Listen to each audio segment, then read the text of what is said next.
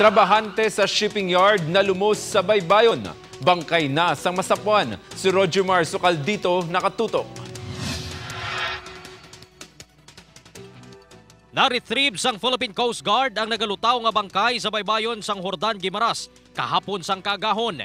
Nakilalang biktima nga si Emilio Gabileo, 56 anyos, sang sitio Puting Balas, Barangay Rizal, Jordan Guimaras. Nagsalom dito duwa sila.